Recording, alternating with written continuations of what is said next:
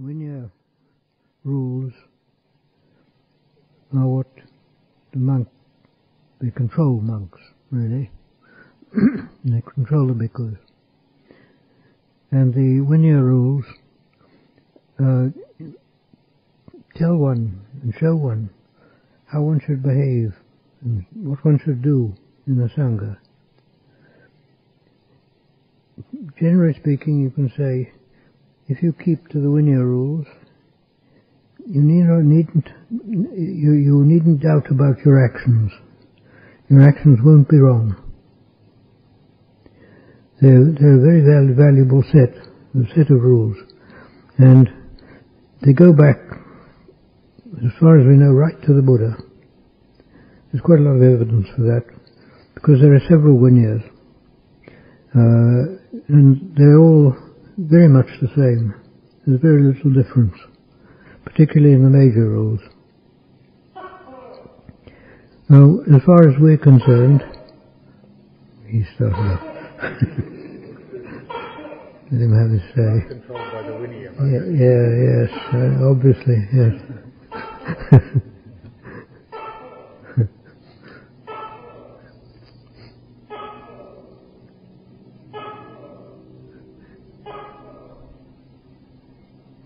Okay, finished. Yes, the Pañña is a very ancient set of rules, and although there are some rules in it now which don't mean much nowadays, because they referred to things in India at the time of the Buddha. At the same time, the majority of the rules are very relevant to ourselves, and we should practice them, because by practicing those rules and following them, one knows one's on the right track. There's no need to doubt that what one is doing is the right thing, going the right way. Many people from the West tend to think, oh, it's a burden having a lot of rules like that. But in fact, really, the rules are for one's own benefit. They're not there to try and sort of make things difficult for you. They're for your own benefit and for the benefit of the Sangha and society as well. And these rules should be followed by bhikkhus. And it's good that those people who are going to be ordained later on should also realize the value of the Pañña. There's, as far as I know, no other religious system which has such a complete set of rules, a complete set of behavioral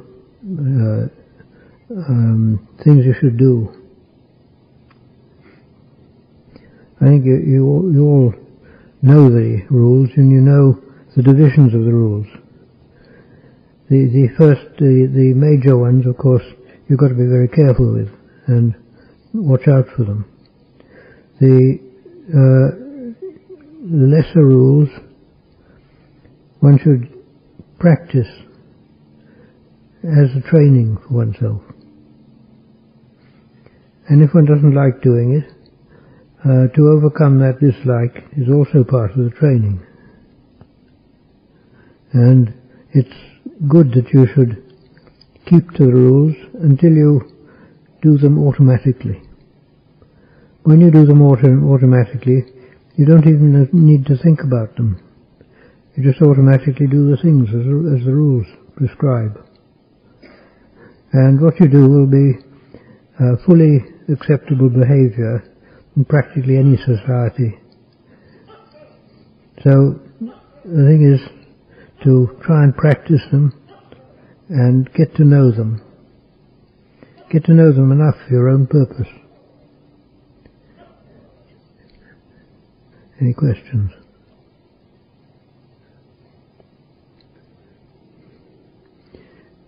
The thing about the Pañña rules, the way they were made up. The Buddha didn't just sit down and say, we'll have these rules. He waited until some bhikkhu did something wrong. Then he told him off and made the rule. So you shouldn't do that. And all the rules developed in much the same way. It was because people did things wrong and stupid, that the rules developed like that. And some of the things the bhikkhus did were really quite extraordinary, really.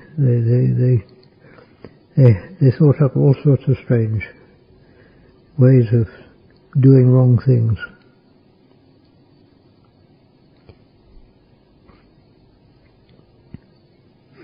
The Buddha also said that not only him, but all the previous Buddhas had a vinaya, but the length of the vinaya and the type of the vinaya depended on the type of society that they had. The Ovada Patimokkha is the brief vinaya that I think it was Bhikkhu Kassapa, I think so. Bhikkhu, not Bhikkhu, Buddha Kassapa gave to the bhikkhus. And the Buddha said he could do that because the standard of the bhikkhus and the standard of the society was much higher. And there was no reason for any more rules than the Ovada Patimokkha. But nowadays, people coming into the Sangha are many types now, and tendencies of behavior are not as good as in those days. Those days must have been a long time ago, I think.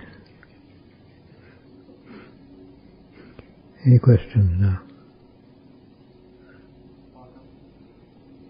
Do you have any reflections or advice on the relationship between Dhamma and Vinaya and how they go together in daily practice?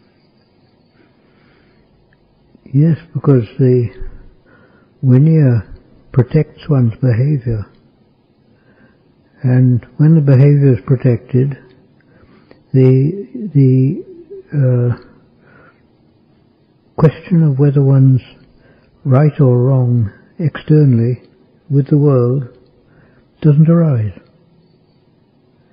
Because if one's practicing the Vinaya, you can say straight away, I have no problem with the world. In other words, the Vinaya keeps you straight in the world. And if you're practicing the Vinaya there, you don't even need to think about whether you're right or wrong.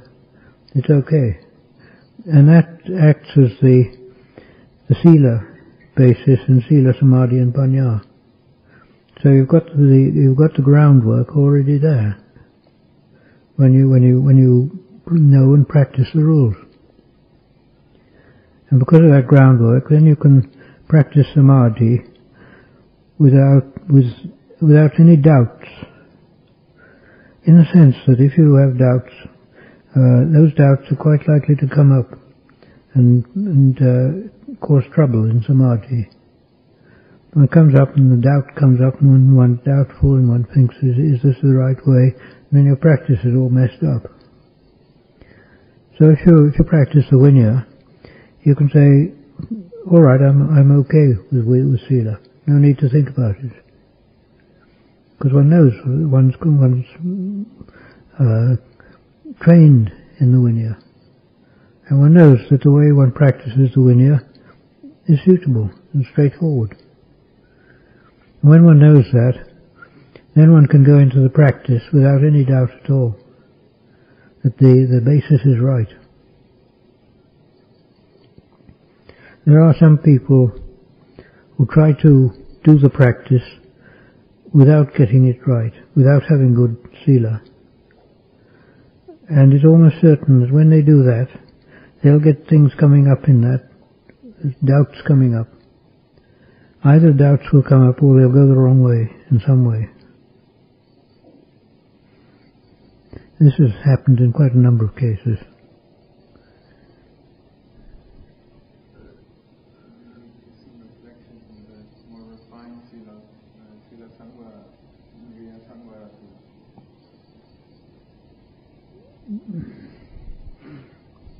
the more refined levels of sila can only come up when the mind's more refined. And the mind becomes more refined as the samadhi develops. And one can say that there are levels of sila which are above or are more subtle than the patimokkha, but they're not necessary for putting oneself right with the world.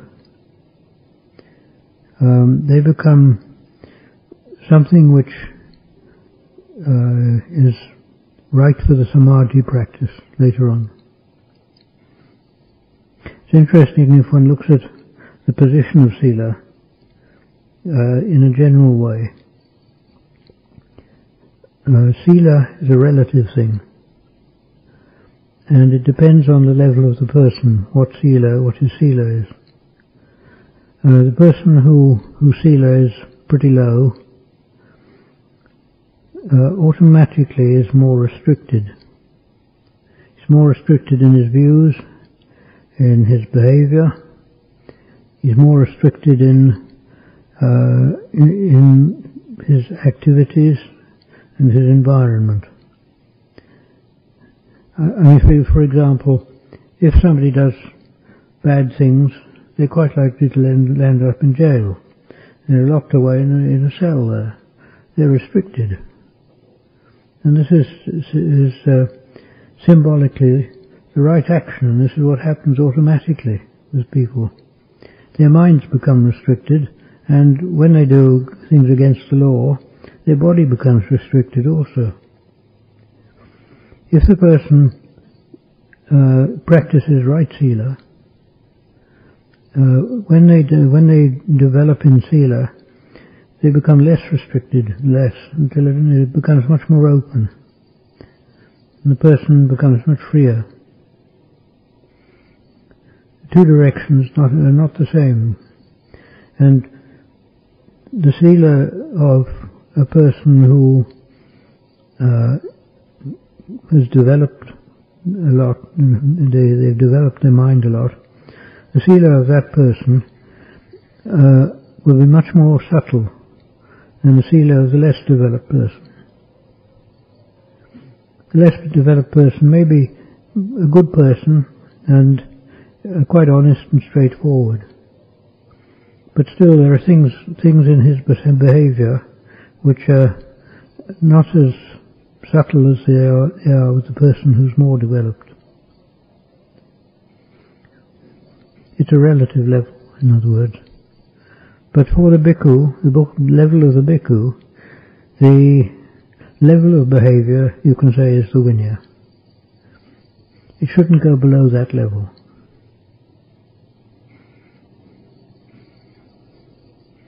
Questions? Does sila also involve just mannerisms in general? In? Mannerisms and ways of behavior?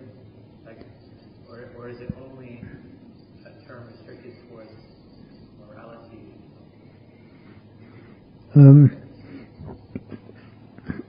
Sila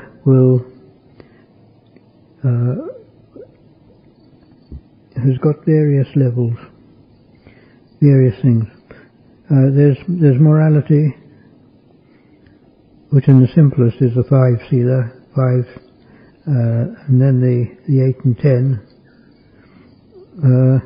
Those are the simple forms of sila, and these ones are what you might call moral sila.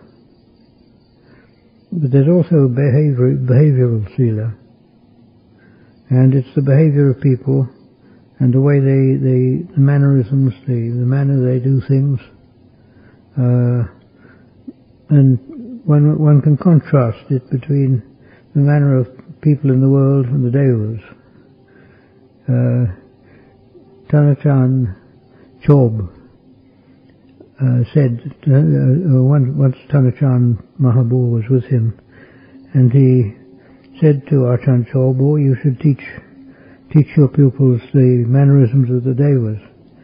And Ajahn said, "Oh, don't say that, don't say that. You can't teach that to lay people. You can't teach that to people in this world. It's way beyond them." He said, "Don't try and do that."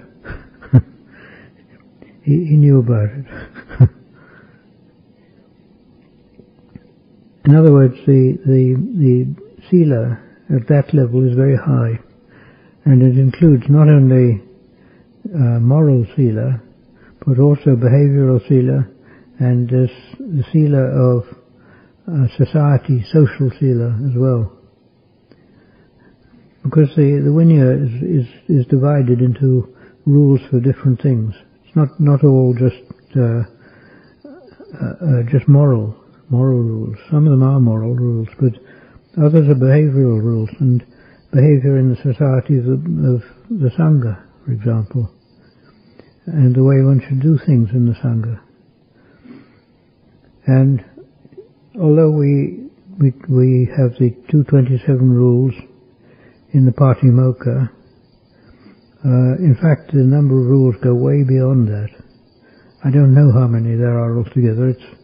It's maybe 2,000, some very high number, because there are a lot of permutations of the rules.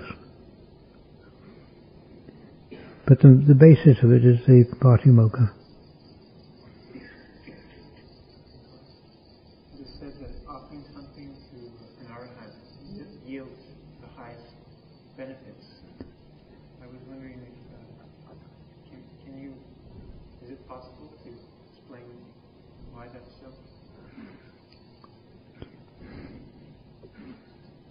It's like if you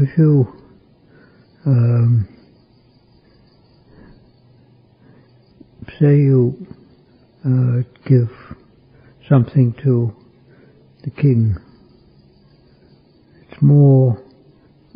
it's got more to it than if you give it to the ordinary person. Or another way of looking at it is if you put your money, you invest your money in a small undertaking, you're liable to get back only small amounts. The larger the undertaking you put it in, the more you can get back. If you do it with the arahant, it's not limited. It's almost beyond limit. So you get a very, very large return on it. It's as though there's, put it like this, if you like. When you give something to, or you make dana to an ordinary person, or to the average bhikkhu, it reflects back, and you get the results of it. When it's to the arahant, it's to an emptiness there, and it just goes on and on and on. It's difficult to explain. Best thing is to try it.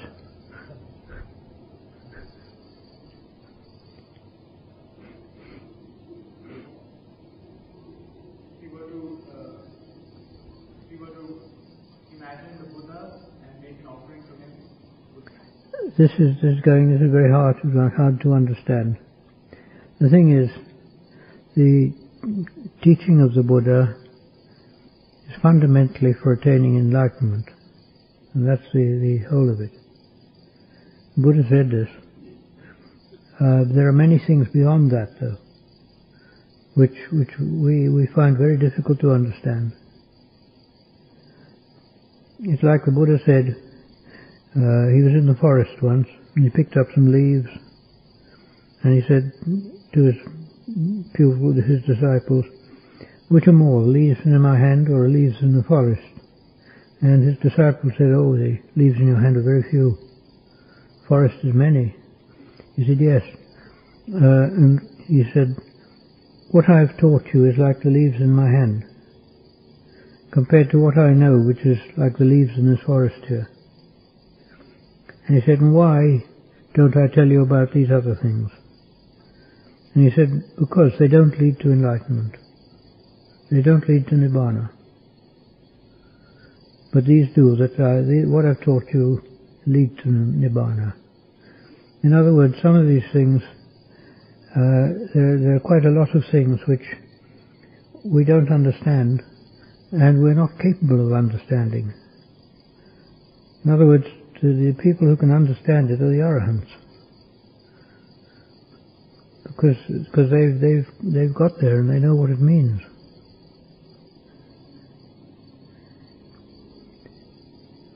Our situation in the world is, well, not only the world, in any of the realms, is a situation which has always got avicca in it. There's always some avicca there. That's the lack of understanding. It's a sort of ignorance. Avicca is a sort of ignorance in which we think we know. One thinks one knows things, and really speaking one doesn't. And so it's a blind sort of ignorance. One can't see it. And this thing makes us think that, there's nothing else but what we see, there's nothing else but the world. Whereas in fact there's a great deal more. And things like the level of the Buddha and the level of the Arahants, which are said to be different in subtle ways, both have attained Nibbana. It's always said that the Buddha, if one could make merit to give merit to a Buddha, make merit to the Buddha, it has enormous benefit. To an Arahant, it has big benefit. To a Sotapanna, much less. To an ordinary person, just ordinary merit. In what way is making the adhikam to attain Nibbana related to dana? To dana?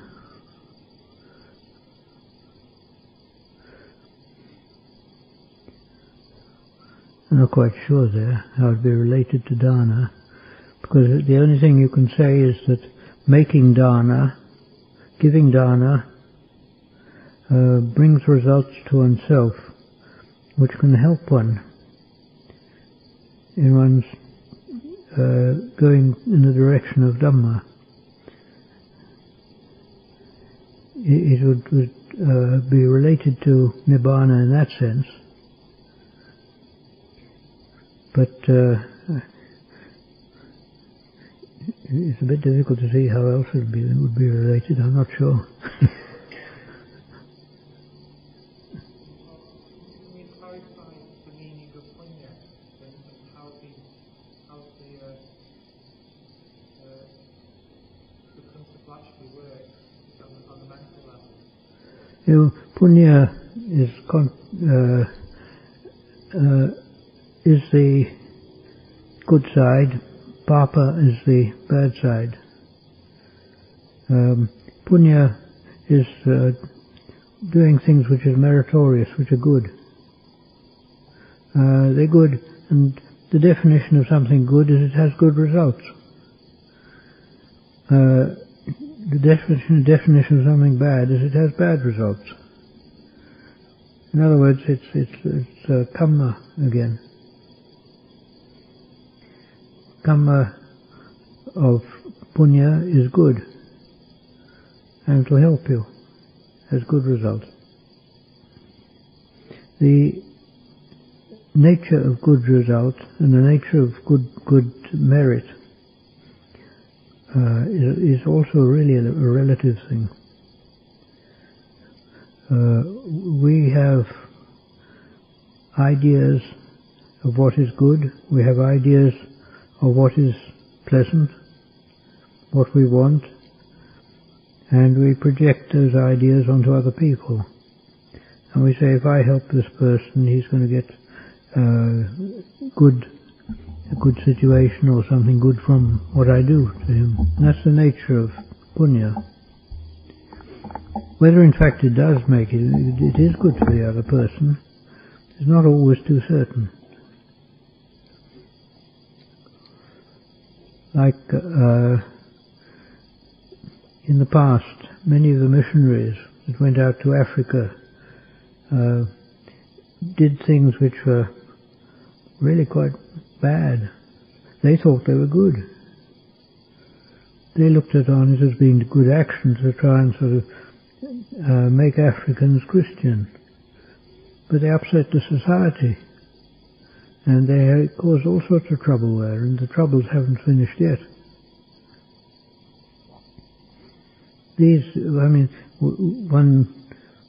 It may be that in themselves those missionaries thought they were doing good, and they did what they taught things which they understood to be very, very good like that. But what the results of that would be, I don't know.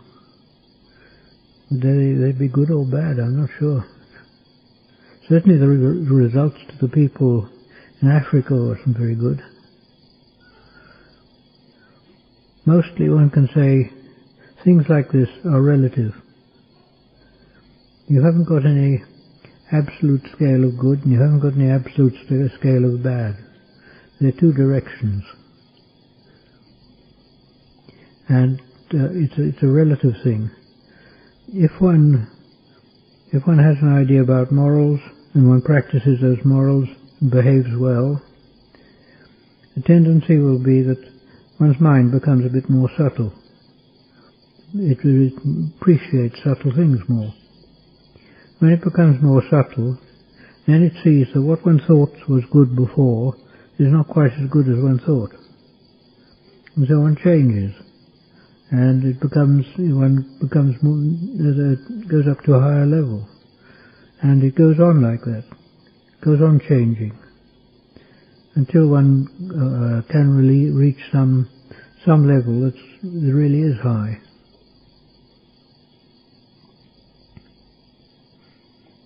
But all these things are relative. There are no fixed standards. Is it possible before one reaches a level of Magapala, is it possible for the citta to reach a level where it can no longer sink down? Yes, certainly one's level can get to that. But Magapala is going away from the world. And when you go away from the world, relativity breaks down. And you get things then which all you can say is it goes into an emptiness of all this that we know. It goes to a reality, which is it's called Nibbana, but that's just a name. And this reality is of such a nature that it's got no relative in it. You can't say anything about it, because in the world there's nothing like it. And if you get to that level, well, then that's where you're meant to be. That's all I can say. I would say Nibbana is where we all should be. It's as though we've got avijja in us, and it makes us do all sorts of peculiar things. And it makes us go in the way of the world. It makes us become attached to the way of the world. And this is the wrong way. This attachment pulls us away, and it prevents us going in the direction of Nibbana. That's all. If one could drop everything just bang like that, you'd be there. But our nature is that the attachments we've got are very sticky, and they were very well stuck on.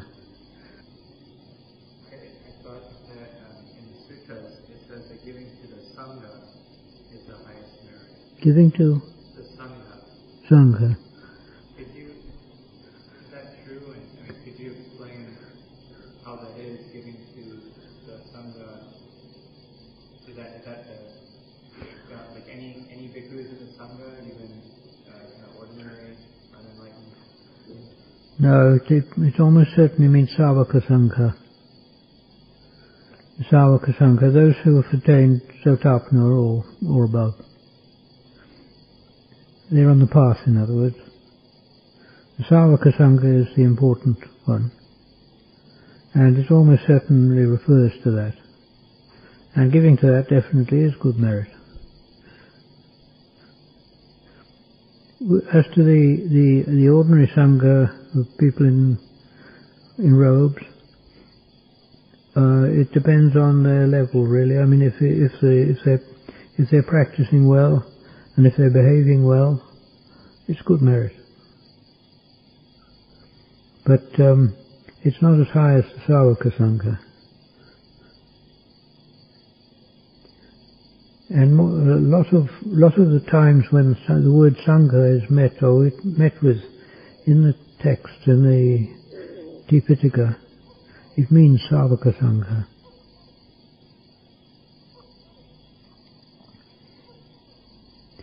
Which is the Sangha of the Savakas. The Savaka really means the forest dwellers. It means, in other words, the ones who've truly followed the Buddha. What's your understanding of the term Sotapatti Pugala? What? Your understanding of the term, the Sotapatti Pugala, as in the chant we do, the recollection of the Sangha. Yeah. We talk about the 8 kinds of That's right. individuals. So this seems to be someone who's not simply just on the path as we are, but someone who is actually reached some kind of level, but is not yet a Sotapanna. What is the distinction? That is they are Sotapanna. Sotapanna and beyond this Savaka Sangha. It's they're the path and fruition of Sotapanna, path fruition of Sakadagamin, of Anagamin, and of Arahant. That's the 8 pairs of men. The 8 pairs. And this refers to the Savaka Sangha.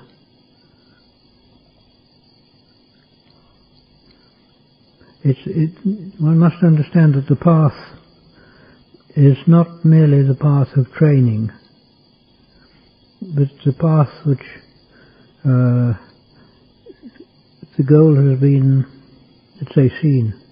Seen is only a way of talking about it. You can say it's been contacted, and the goal is known, but not necessarily realized. In other words, the person getting there may know that the goal's there, and they kind of know the direction, but there's nothing you can see. There's no visible object you can see which is the goal. It's not like that, because really speaking, the goal is not one where you go higher and higher to it. It's not like that. It's there all the time. And what one's got to do is to just get rid of things, not make more, not to get more things, but getting rid of. And we have to get rid of all our wanting, all our attachment, all our wrong views. In other words, the factors of the path. We've got to get rid of all those. We've got to go along on the path of the Eightfold Path and develop that. And this gets rid of all the attachments and the things connected with this world. When one does that, and one can really drop everything, well, there you are. There's no more. You don't have to do anything else. Really speaking, this isn't a path of gaining so much as a path of getting rid of.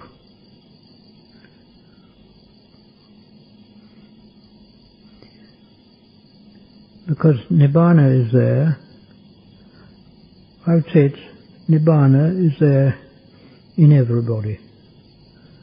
And everybody knows it, but they don't recognize it. It's known as something that's intuitively one knows there's something better than this. There's something better than this in this world here. But we don't know what it is. And people look for it, and because they've got a lot of senses, they go out in the direction of the senses looking for it. And of course it isn't in that direction. And when they go out in the direction of the senses, they get attached to the senses. And they build up all sorts of things in the world. They talk about development in the world. But development in the world means deterioration in the mind. Because the mind of the person is in the world all the time and not in themselves. So the way of Dhamma is the opposite of that. It's getting rid of all these things, getting rid of these attachments, getting rid of one's concern about the world. And if you do that steadily, it will lead you to more and more freedom, and eventually you can get through to the end goal. But it's not easy, because these attachments are very sticky.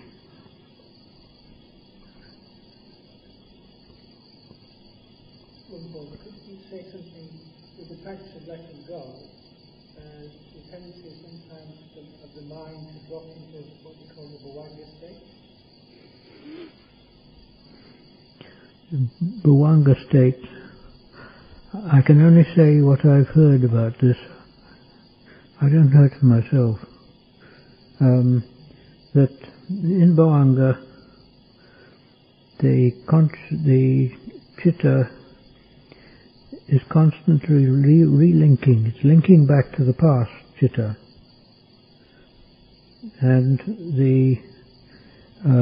this linking back gives the continuity, and it gives one the idea of an identity,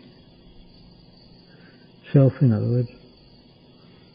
Now with the Arahant, he breaks all this up, and there's no continuity left. In other words, the Arahant lives in the moment, and each point of Bhavanga is separate. This is what I've heard.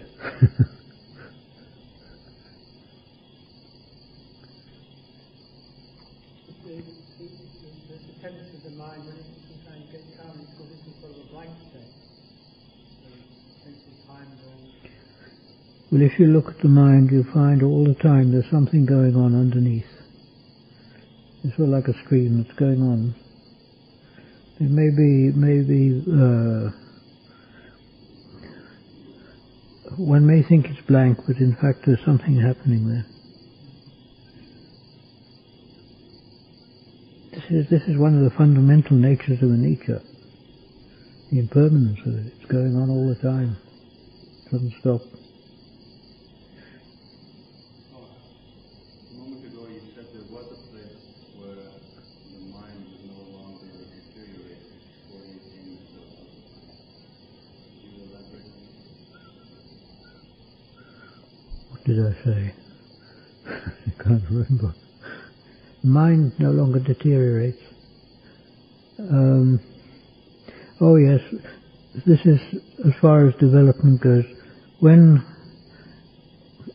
it reaches any of the paths, it sort of, how can I say, it has known nibbana for a moment.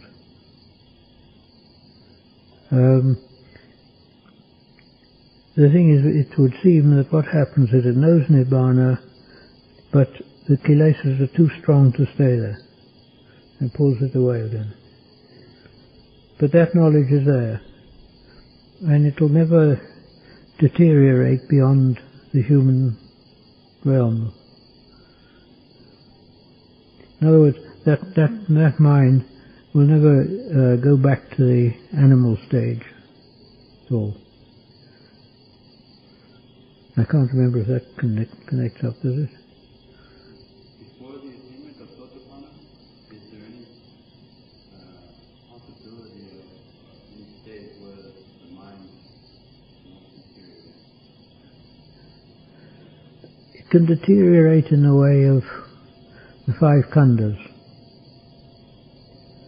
In other words, I mean, the mind can deteriorate in the sense that memory goes bad. You can even get, it can think wrongly.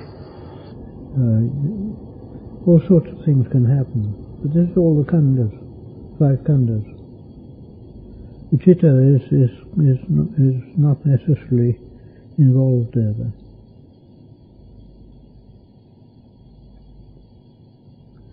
When I say the mind doesn't deteriorate, it's the chitta, really. Chitta doesn't.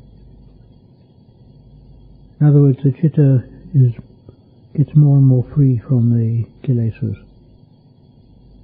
It's freeing itself from the kilesas, because the kilesas are in the chitta, not in the khandhas.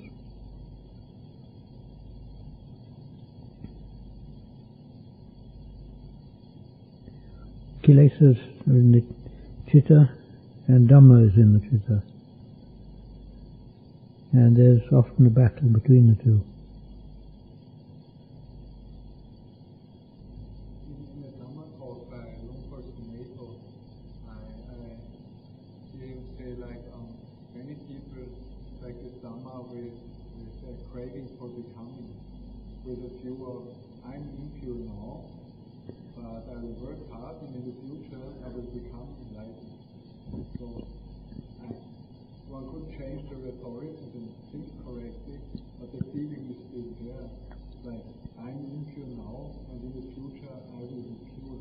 Can you give some reflections on that, please? One can think like that, certainly.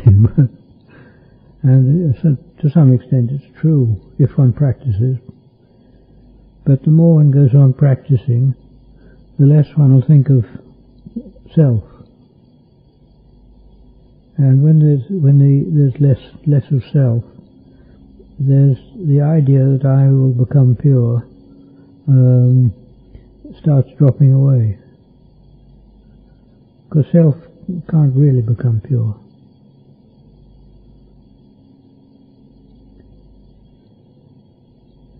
Self is it exists all right. But it's not a fixed thing, it's always moving and changing. So when a person says, I will become pure, you wonder exactly what is it that will become pure. People think of the self as being me, which is always fixed and the same, and doesn't change at all. But it's not like that. The self is a very changing thing. Very changeable. It's jumping in this way and jumping in that way. In fact, the Buddha said, the self can be body, the self can be feeling, the self can be memory, can be thought, can be consciousness. You can jump between any of these things, move about. For example, if I say, I'm going to Ubon, that means this body is the self. Whereas if I say, I feel hungry, that's feeling. If I say, I can remember what I did when I was young, that's memory. If I say, I think it should be like this, or I think it should be like this, that's sankhara. And if one says, I can see this or I can see that, it's vijnana. So you get all those five. And if it can be any of them, it can be jumping about between them, and even when it fixes on one of those, it's still moving, still unsettled. Because of that, when one thinks about the self becoming pure,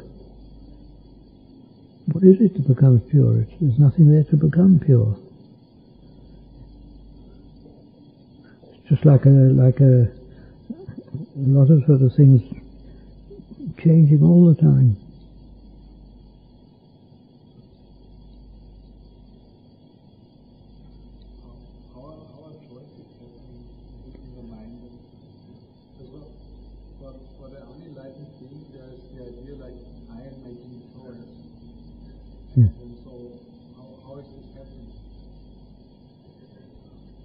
How does what happen?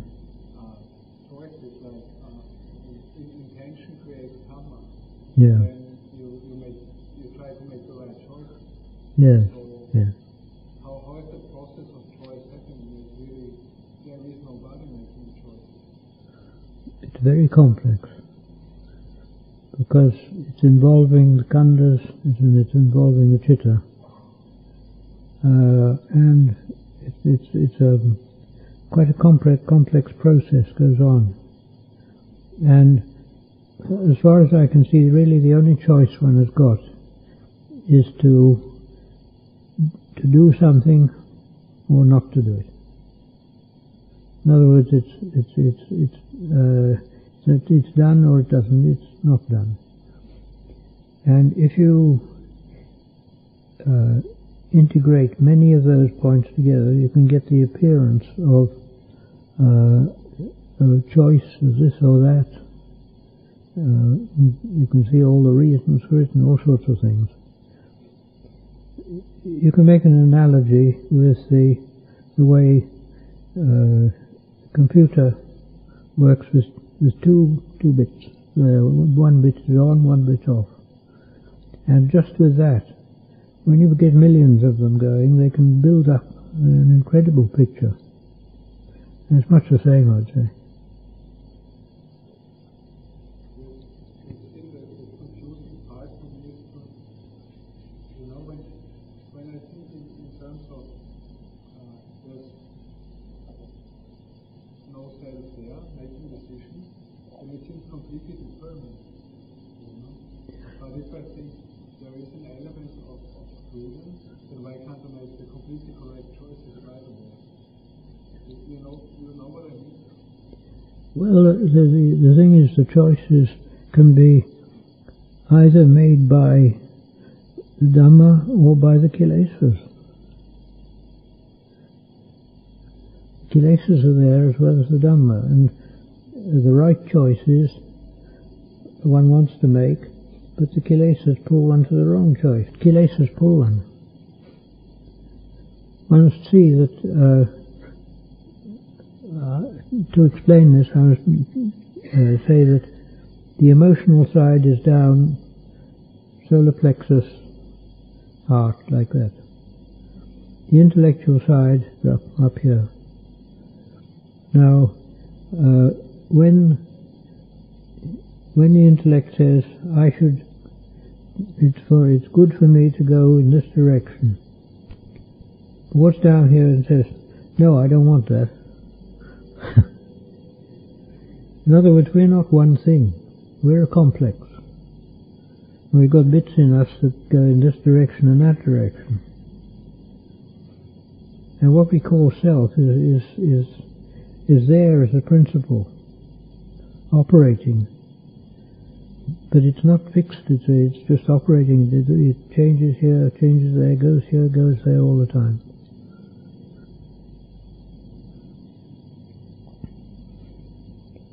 It's like with a child.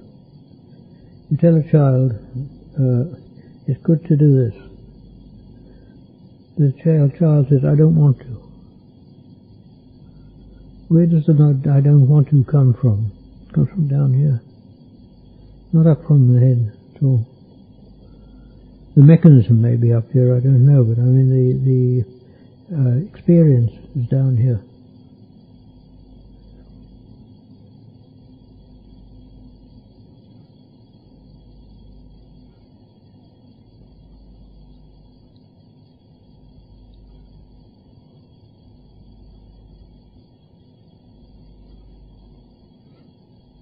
I reckon it's a good thing if people try to look and see what happens down in the heart, solar plexus region. It's very important. And you can say that is the level where the child lives. In most people, that's the child we used to be when we were young. And that child is still there. Perhaps not completely, but still in parts, it's still there. And you look at the way the child behaves. It wants, it hates, it's always doing things this way, that, and it's full of delusion. The intellect is an active thing, like a pair of hands. It works. It does computations. It allows us to use reason. But the boss is down below. I'm not sure if it's right to ask the question because it's not the way to enlightenment. But I'm reading books about the difference between Mahayana and Theravada tradition. And there's one question there are different. And what I mean especially is Mahayana, after the Buddha's Parinibbana, he is not totally go away. He is somewhere, he don't disappear totally from the world. And the Theravada says, after Parinibbana, there is no contact with the Buddha, he is totally left. So with the body, so also... It's wrong. What is this? No, it isn't like that at all. The Buddha, when he attains Nibbana and goes to Nibbana, he doesn't just disappear. You must understand what is the Buddha. When you want to know, to see this, the Buddha is not that body which was known as the Buddha, as Gautama. It's not the 5 khandhas that were known as Gautama. It's the pure chitta. And that is the one that just dissolves in Nibbana. It becomes Nibbana. But when it becomes Nibbana, it's only disappeared as far as the world is concerned.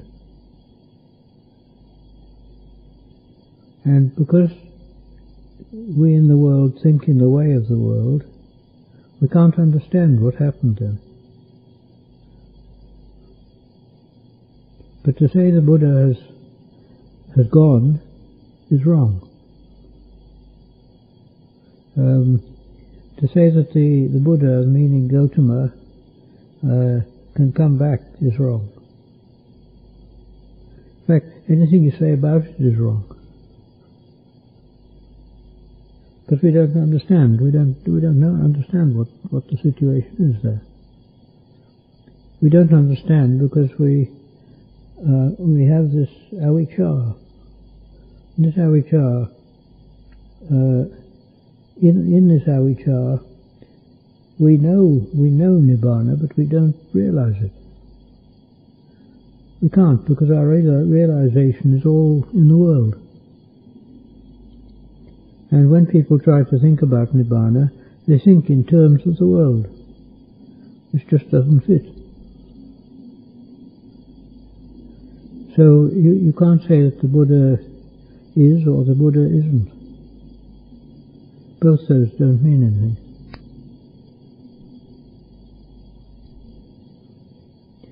Probably the best way to describe it is like the Buddha described what happens. I've said this before, it's like you've got various streams, and these streams go towards the ocean. When they get into the ocean, the streams are still there, but you can't say where they are, or what they are. You can't define them at all.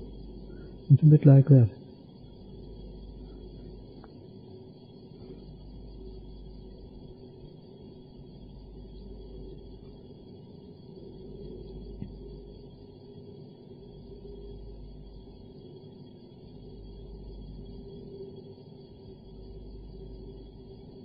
I think it's important for people to realize that Nibbana must be one's true nature. Why I say this is that if Nibbana is something that's not impermanent. In other words, it's not changing. All about like things in samsara. Then, if it's not changing, you can't attain to that, because it requires a change to take place to attain to it. And it's not there. So the only alternative is it must be there all the time, with us. Because it's with us, what we've got to do is to learn to open our eyes in some way and see it. Not our physical eyes, but the internal ones. And really the only way to do that is to get rid of all that stuff that pulls us in the wrong direction.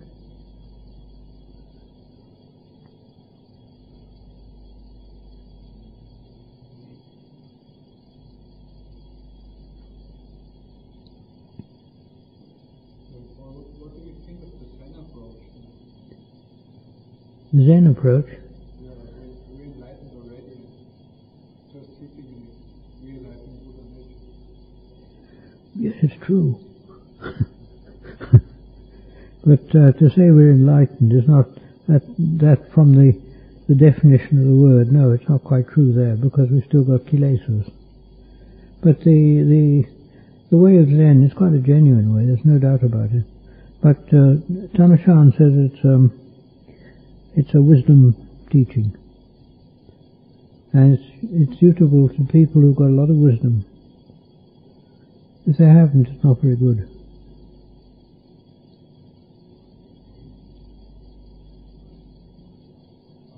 What happens if you just sit in the wrong way? Is it just, not just illusion, just getting things wrong? If you... They say just sit, but if you do it in the wrong way, then is it just proliferation? Well, I mean, if you do in the wrong way if you go in the wrong way of trying to get nibbana, you just end up in the world and the same as it was before.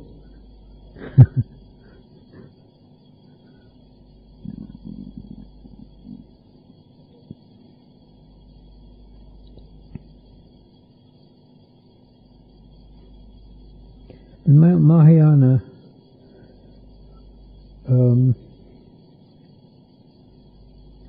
Ajahn Mun was asked once, how would you say a system is Buddhist? And he says, if it teaches the Four Noble Truths, it's Buddhist. And in Mahayana, well, it's difficult to say because there's so many different types of Mahayana, so many things in it. But generally speaking, you can say they probably do teach that. Although it may be a bit hidden, but it's there.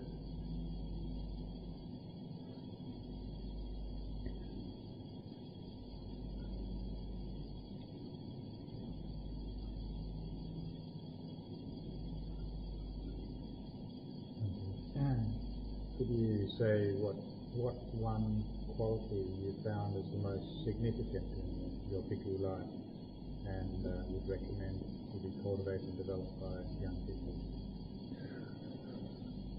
Wisdom. Definitely.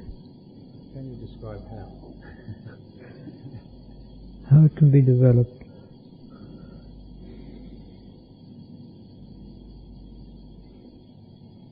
Well, it's really by questioning.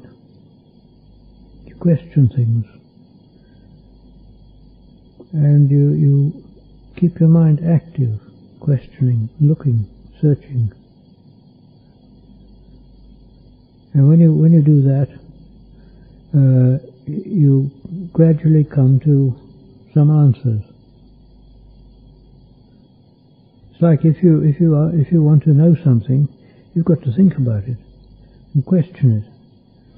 And also, one must never be caught by the idea that a thing is something you mustn't look at. I mean, a belief in God, you say, oh, we mustn't question God. He might come and clobber us. this sort of idea, you've got to chuck that out. You've got to be prepared to take all sides and look at everything and question everything.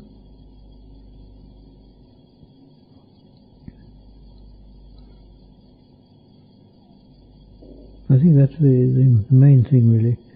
But to never be put off by things that you think, oh, that's too holy, or that's too loathsome even to think about. You've got to be able to think about everything.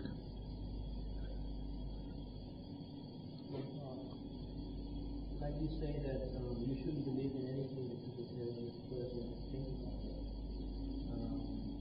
For example, in the Sila, like 227, See? in Sila, for people, 227 rules. Yeah. In some rules that you see, that sometimes you think that if you do it and it's not totally wrong and you start thinking about it, then what should you do? If you, for example, I know people is very serious about not to have any contact with female, or because it will develop the drama. But and sometimes when I was ordained in another lot, and the people were saying you shouldn't touch the animal even if it's a female, or something if it's a roof as in a female. But in my feeling, I was thinking when the animal comes to me, and I was just being kind to it,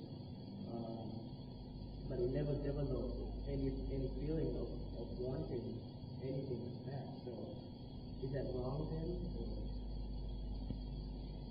As far as Sila is concerned, Sila is a set of rules for behavior.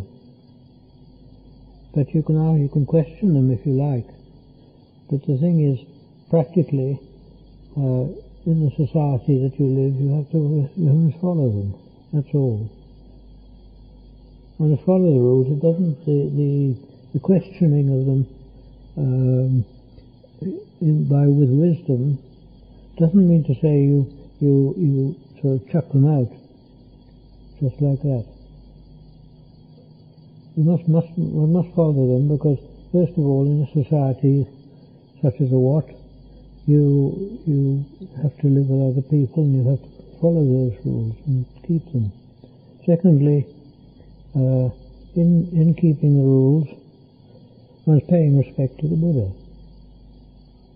One has automatically respect for the Buddha for what he's done and for being the pathfinder, for showing us the way. But it doesn't mean to say you shouldn't think about that and question them. There's nothing wrong with that. You can question them if you like, but don't break them. That's all.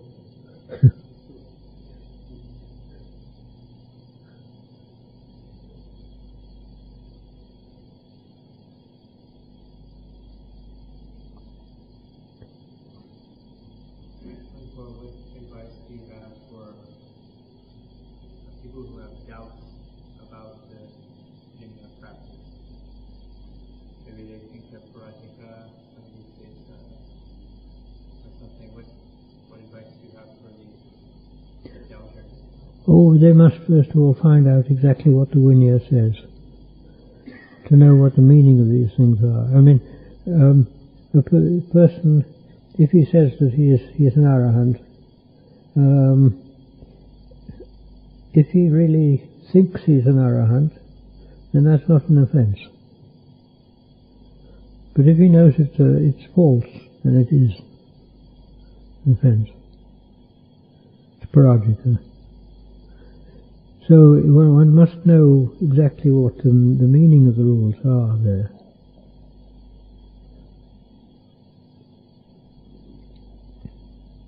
But even after looking at books, some people, they still for years even, did I do it, did I not do it? It's a kilesa of doubt working. Do you talk to monks about this? Yes, well, this is the kilesas working again. Kilesas pulling against what one should do and what one shouldn't, should follow really. And the kilesas will do that sort of thing. But the person should look and see what kilesas and what isn't.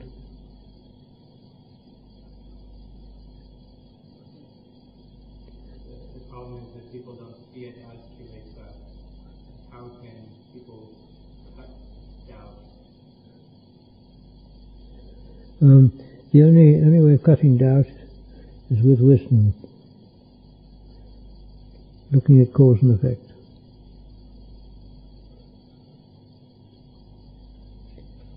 And if they get samadhi, the doubts will probably die away, because samadhi brings happiness and contentment. When one experiences that, then there's no, one can see that it's good.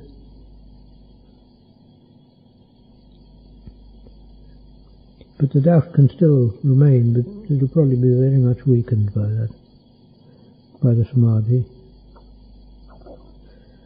In other words, to get rid of doubt,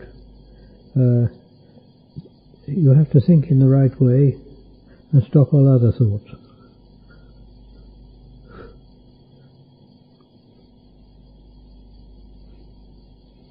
Mostly it means stopping all thoughts to start with, and then start thinking in the right way.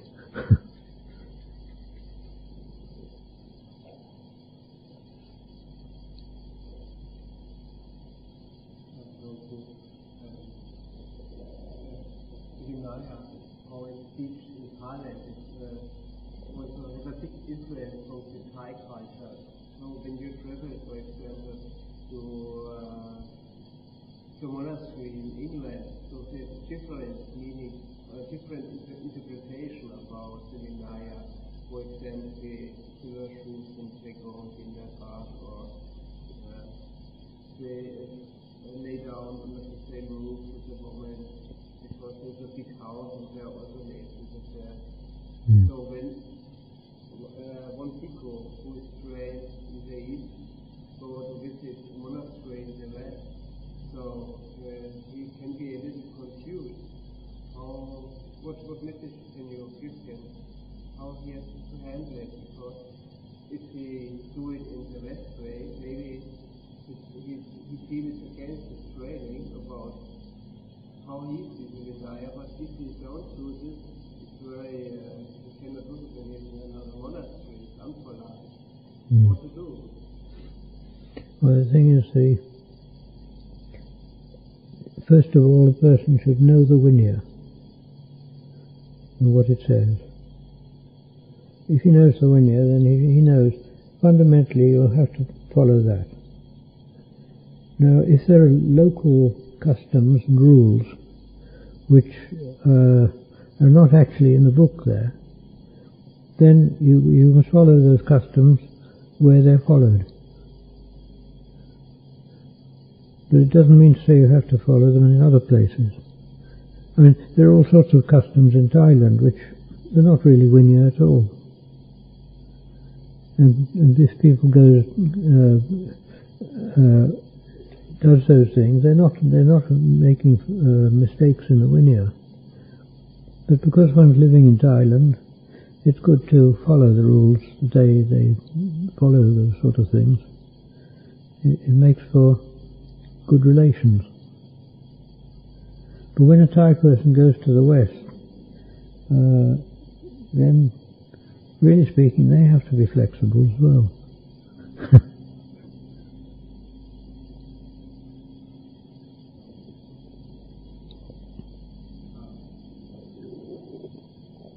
The doubt can also arise when there's some guilty interpretation of the actual Vinaya. Some Acharyas interpret like this, others like that. So Vinaya is Vinaya, but the interpretation differs. So what to do then to cut it out? Because let's say this Ajahn says like this, you keep the Vinaya. You say, okay, I keep the Vinaya.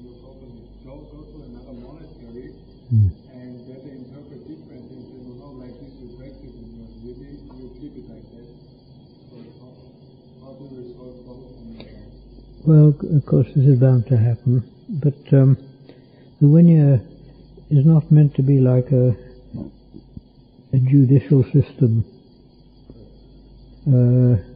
It's meant to be a set of rules, and each of the rules have an area. It's almost as each of them have a territory which is covered by them.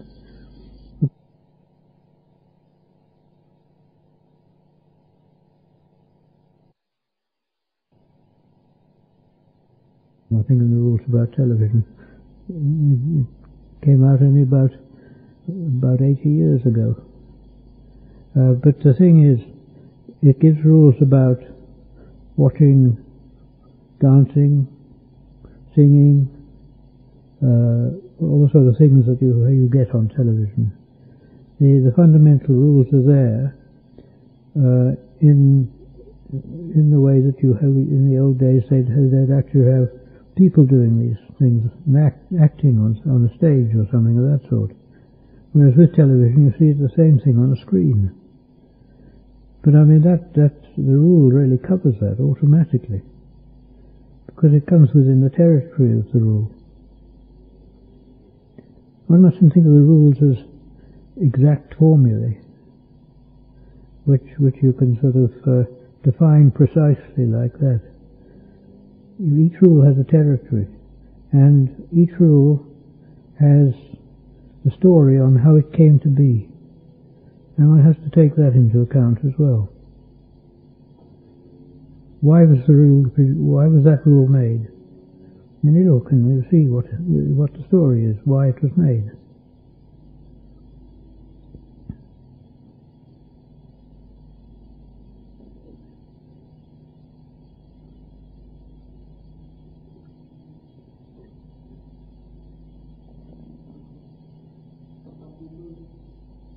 Some people question the authenticity of the Abhidhamma. What is your opinion? Well, you've said that the Buddha went to Sita heaven to teach his mother the Abhidhamma in the Pañña, and he taught it there. And when he came down, I don't know how the Vinaya, I don't know how it came about that it was taught to the bhikkhus as well. I'm not quite sure there what the story is. But the thing is, the Abhidhamma was said to be suitable for to Sita heavens, in other words. Now, if you look at the Abhidhamma, it's not wrong. It's dealing with the teaching very, very definitely. I mean, when you ask what is the chitta, where the Dhammasangani, the first book of the Abhidhamma, it lists the different chittas and the concomitant things which goes into those chittas to make them up. It's there for you to see. It defines the chitta, or the different chittas. And from that you can get an idea of what these terms mean.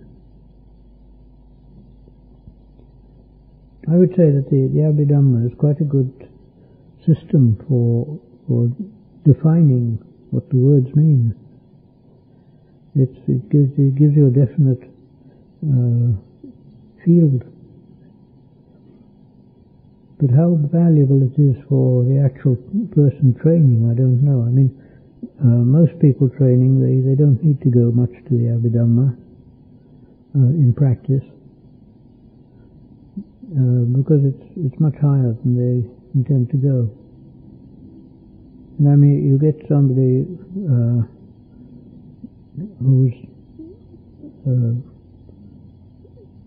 brought up as a villager in the fields and buffaloes and things of that sort, and you can't expect them to go to plough into the Abhidhamma. And to them it's sufficient that they have the parikamma, to do and to practice. And if they do it, they'll get results. And when they get the results, then they can understand. When they understand, some people like that can understand, and they understand in a way which others can't understand. In other words, it's purely intuitive. It's very intuitive understanding they get. Whereas other people will have much more an intellectual understanding. But as far as Nibbana goes, both can do it. Both can get there if they practice rightly. But the Abhidhamma is something to respect, anyway.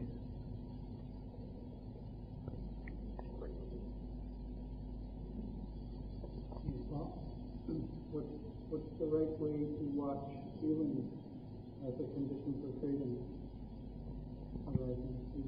Not using the Abhidhamma. No, the right way to watch it is when some object is presented to you through any of the senses, and you either like it or dislike it. You should try and notice what the feeling is. Feeling of like, feeling of dislike. And how the tendency to react there is either to react with greed or with hate. And it's a reaction that's important. The feeling arises down here. And the reaction arises down here. But the reaction is often supported by a lot of thinking, which is up in the head here.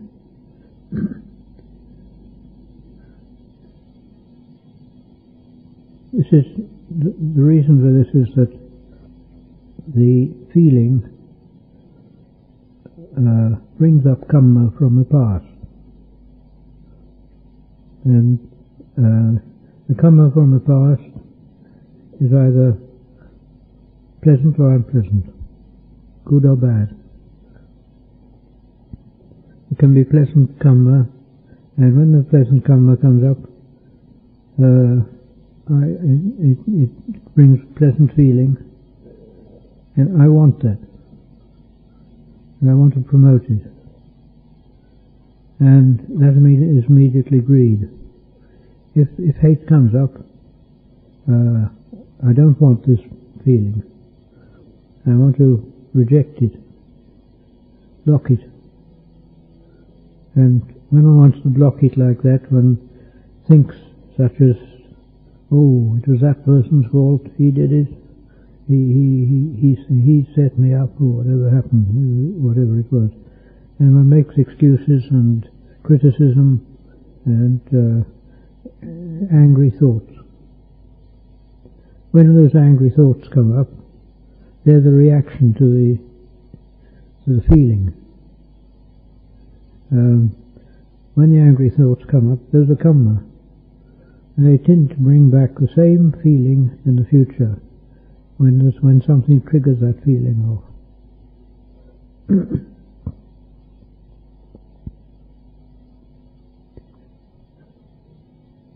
So as far as the wanting to know how we should look at the feeling, we should notice it whenever there's any reaction, whenever there's anything which sets it up. Because something will set it up through the senses. The sound, you see something, maybe a smell, whatever it is. And that will set up the situation as it's been in the past. And as it's been in the past, then that situation comes up as a feeling, as it was in the past too. And then one reacts to that in the same way, and one makes the same type of karma which set this up isn't before, and the wheel goes rolling on. It goes on and on, round and round.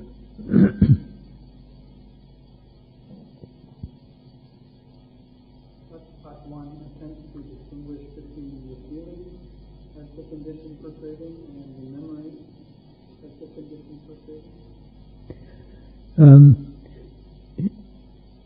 The feeling is the thing that produces the trouble. The memory is the thing which will set up the feeling, or be partially setting up the feeling. Because one sees, supposing you've had a bit of trouble with a person, and then you see them on the road. That goes to memory, brings up the same situation, and then the feeling arises. When that feeling arises, it's the same feeling as was there when one had the trouble with the person.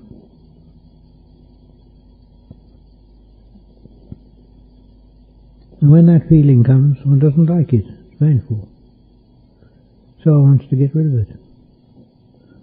So one tries by blaming the person, criticizing, all sorts of ways, anger, and all those produce karma to set up the same situation again in the future.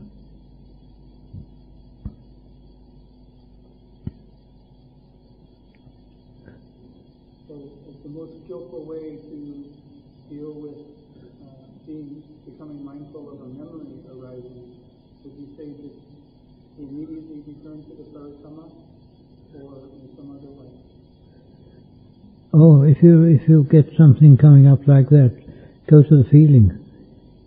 You must see what the feeling is. I mean, often what we call a feeling of anger isn't actually anger. The feeling of anger is preliminary. It's the reaction that's the bad thing. The reaction comes up. The feeling of anger is unpleasant. It's dukkha. And when that dukkha comes up, one wants to correct it. One wants to stop it. So one goes into the mode of blaming or whatever it is.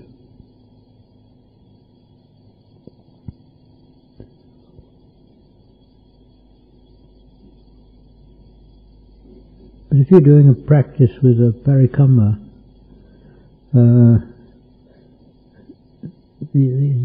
feeling, it shouldn't arise, because the mind should be on the parikamma. If it arises, it means it slipped off the parikamma, I think. I find it difficult to distinguish craving from right effort. Like when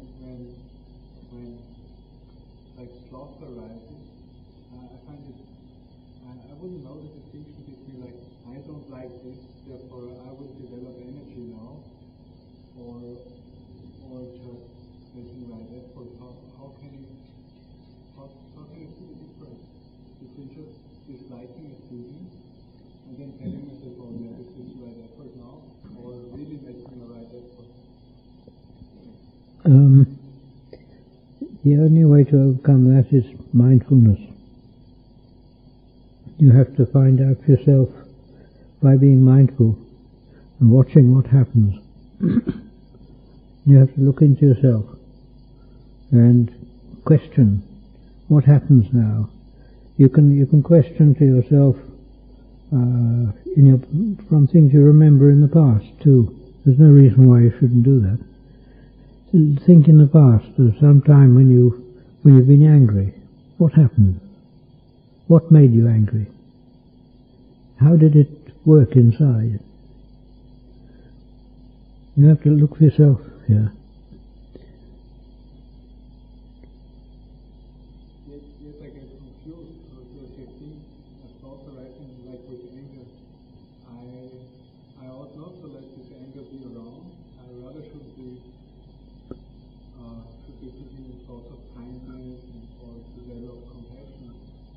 there's this urge to like quickly get away from this anger, and it's very magical. What do you think? The feeling of anger doesn't matter, but the reaction to that feeling is what matters. The feeling of anger, you can, if you like, you can let it stay there and look at it, to learn. And it's very important to learn. And if you look at it and you learn these things, then you can see something of what happens. When you see something of what happens, you'll know what to do. This is where it's important to develop the way of wisdom, to learn these things for oneself.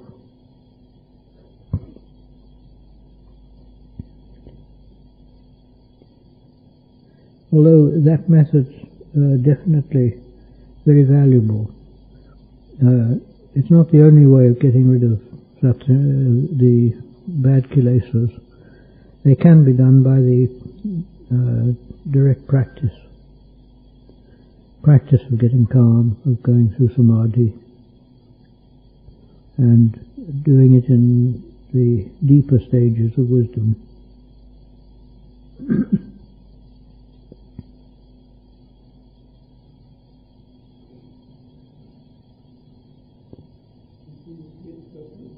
Feeling can be pleasant or unpleasant from the sense.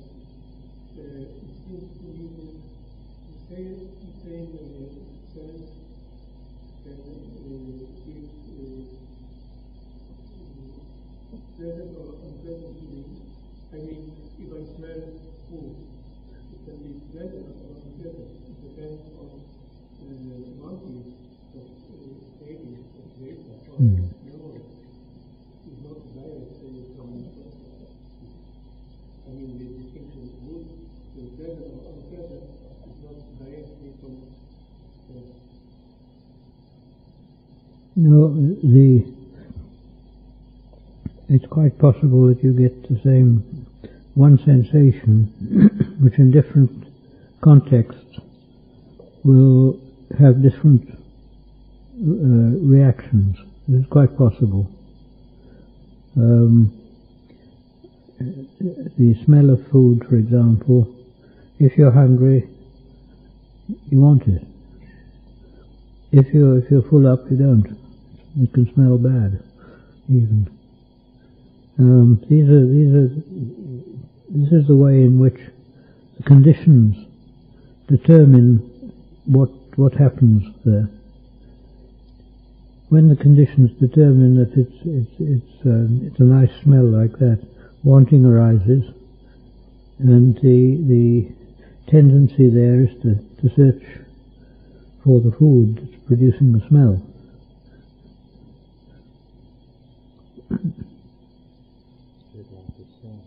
Yeah. A bit like the sauna. If you Yeah. don't want to sweat, it Yeah. can be very unpleasant. If you want a sauna, it can be very pleasant. Yes, it's true.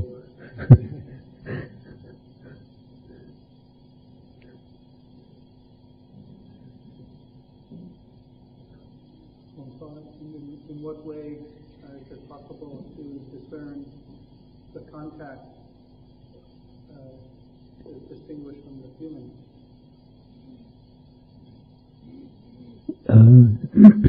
Usually the contact and the feeling arise so fast that one has very great difficulty in distinguishing them. The contact just gives rise to the feeling. It's always so fast, very quick, and it's difficult to distinguish that. But the feeling is the important thing to look at, to realize it has come from that contact.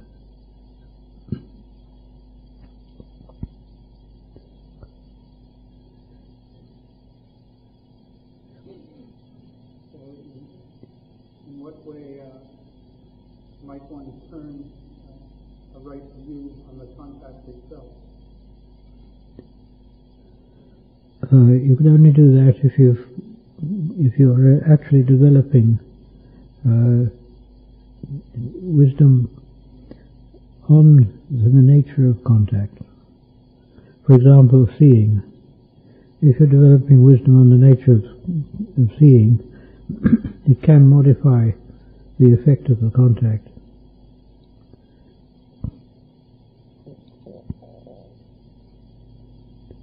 But normally that doesn't happen. Normally it's automatic. Contact takes place without any deliberation. The feeling arises. It's all a resultant thing. It's all the result of the past. And when that happens, the mindfulness should be at the feeling, should watch the feeling, and watch that the reaction doesn't take place. In other words, if it's unpleasant, one tells oneself, this is my own fault, it's my own karma, I've got to put up with it. And I mustn't blame anyone else. That sort of thing. Should the contemplation of feeling just be limited to this area of the body, as you before you indicated to watch the feeling like here? Should it be limited to this area for the greatest benefit, or can it be anywhere in the body? The thing is, the emotional feelings usually arise in this area. The emotions are very, very much concentrated in that area. And it's quite extraordinary what you can find there too. I mean, physiologically there's not much in that area, but when you get the feelings there, whether it's the nervous plexus there or what it is, I don't know. Or even whether it's anything to do with the physical side of it, I'm not sure. But certainly it's a very important area. It may be a bit like on a television set. You say, well, oh, that's so-and-so on the screen. It's there. But in fact it's only a dot that's moving about. And the mechanism is all in the box. It may be the same sort of thing. It's what's on the screen, that's what we see. And the where we see it is down here, like on the front of the tube. But the mechanism may be up here.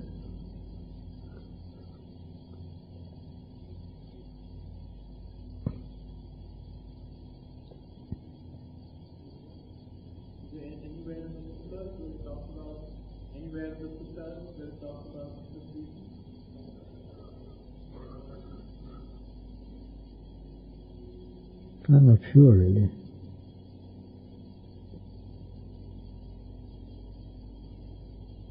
I don't know of any literature that will tell you. There may be some, but I don't know of any. This is more, I mean, one finds it out more from one's own experience, I think.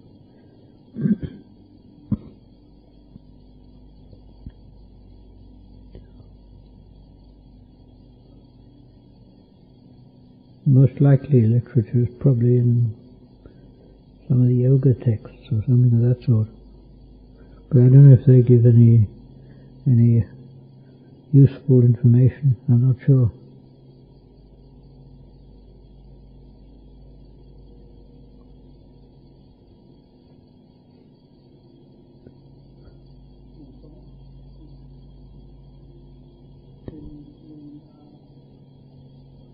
In watching the feeling, when one starts to see this pattern of like and dislike just arising, what's the middle way to dealing with that like and dislike? Or be detached. Keep free of it. Look at it. Be mindful. If you're mindful, you can, it's as though you're standing back and watching it without interfering.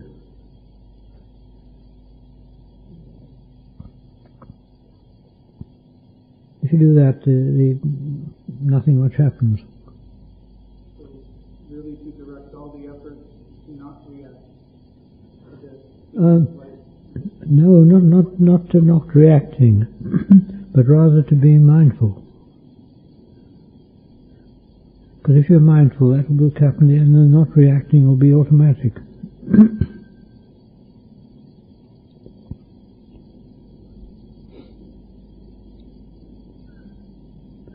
Because the way of mindfulness is a bit like, it's a kind of monitor. It's monitoring what's going on without interfering with it. And sometimes you can get the idea as though you stand back somewhat. You go behind here and you sort of just watch. And from a back seat kind of inside. And if you watch from that seat there, you'll see that you can see a lot of things happening which are obvious, but you don't interfere. They're just happening, and that's all. It's that sort of thing that's required.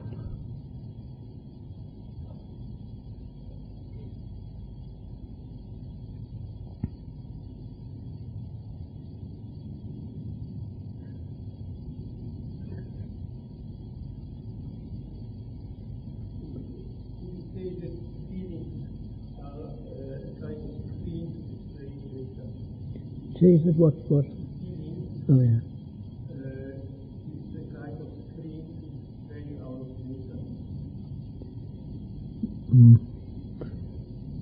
Oh, feelings. No, feelings are resultant.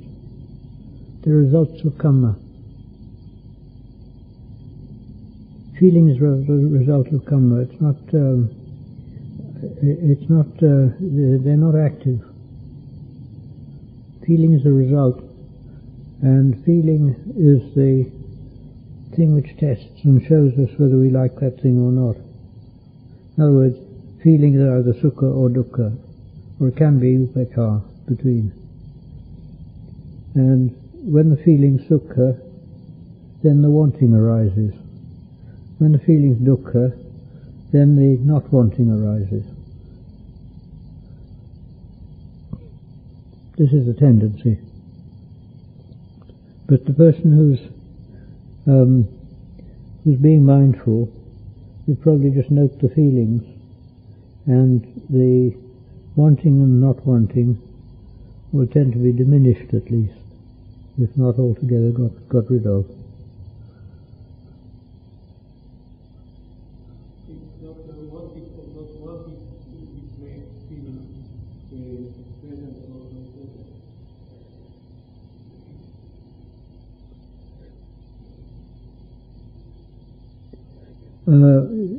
No, it's not. No, it is the pure karma, because feeling has sukha or dukkha directly. It isn't a secondary thing. Like if you get from sight, unpleasant sight, you don't like the look of it. The don't like there has got to go into memory first, and then it goes to feeling. And it's the feeling again which determines the nature of it. But feeling, if it's a feeling you get, just the feeling alone, that feeling is either sukha or dukkha, and it displays that quite clearly. And the wanting or not wanting is separate. It doesn't have to take place.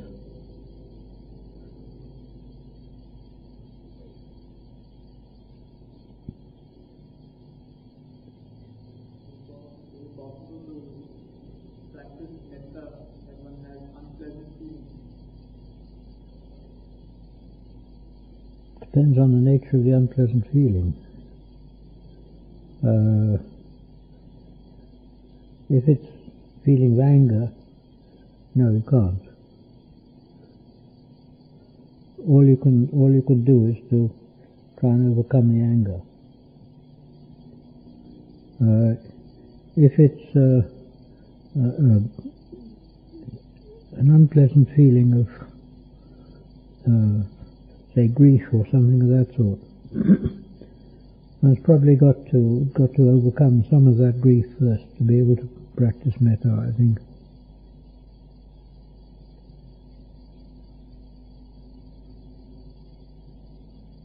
Are you saying you shouldn't practice metta when you're angry? No, not that you shouldn't, but that you'll find it doesn't work. That's all. If you have anger and you try and practice metta, either the metta won't work or the anger will disappear. The anger and metta can't really exist together because they're almost opposites.